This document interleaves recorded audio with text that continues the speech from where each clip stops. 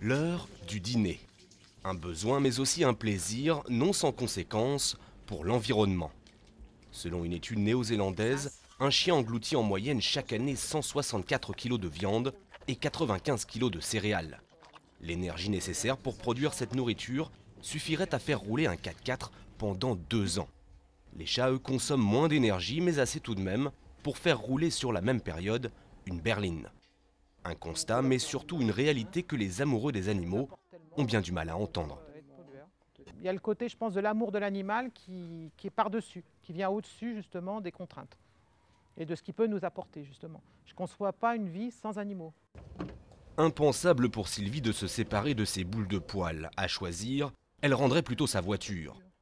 Oui, mais voilà, pour 2 chiens et 7 chats, un seul véhicule ne suffirait pas.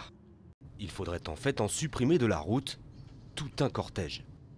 Il y a un coût et une empreinte carbone. Il y a un coût pour le faire, pour le nourrir, il y a un coût pour l'entretenir, il y a un coût pour nettoyer les excréments.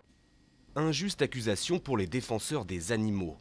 Pour eux, les mauvaises habitudes à changer, ce sont d'abord celles des hommes.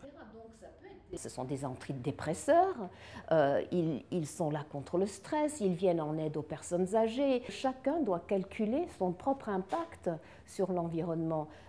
On devrait pouvoir calculer en disant, bon voilà, moi je marche, je ne prends pas ma voiture, je ne mange pas de viande, alors est-ce que je n'ai pas le droit d'avoir un petit chat qui est là pour ma solitude ? Les spécialistes de l'environnement aboient-ils un peu trop fort? Difficile à dire. Ce qui est sûr pour le meilleur ami de l'homme, c'est qu'aujourd'hui il n'échappera pas plus que son maître au débat sur le réchauffement de la planète.